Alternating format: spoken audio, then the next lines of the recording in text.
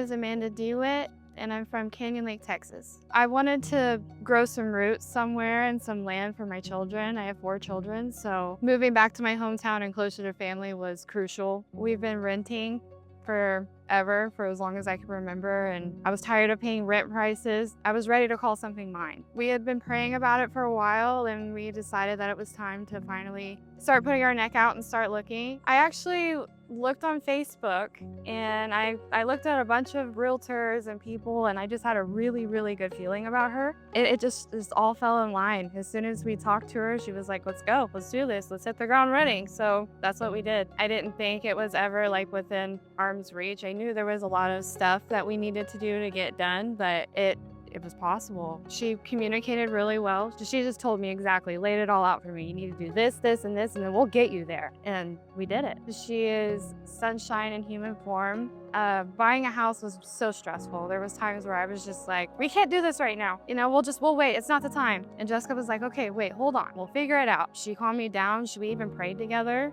She was just a delight to work with. I would recommend her to anybody.